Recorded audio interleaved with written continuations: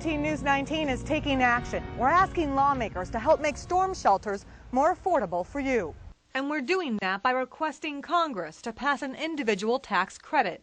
It would allow for a limited tax credit for property owners who install a federally approved storm shelter. We laid out the idea in a letter and directed it to members of the North Alabama congressional delegation.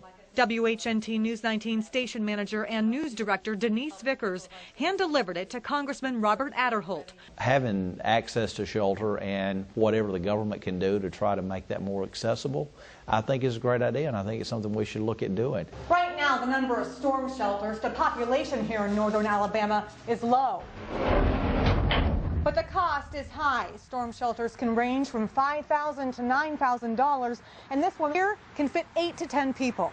And while FEMA's funding for safe rooms is in the works, there's no telling who will be approved.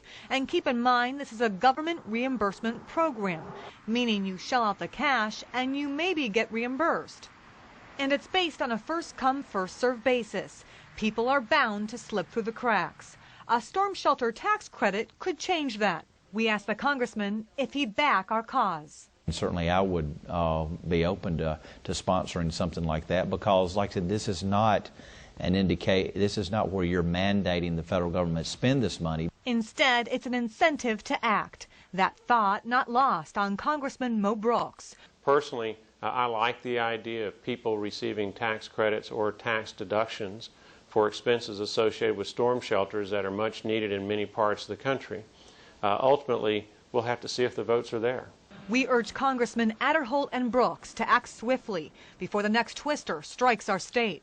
We live in Tornado Alley. As we saw in these last tornadoes that went through, you know, unless you were in a house that was built out of steel and enforced in concrete, it wouldn't matter what kind of house you were in. The time to act is now, because rebuilding is happening now.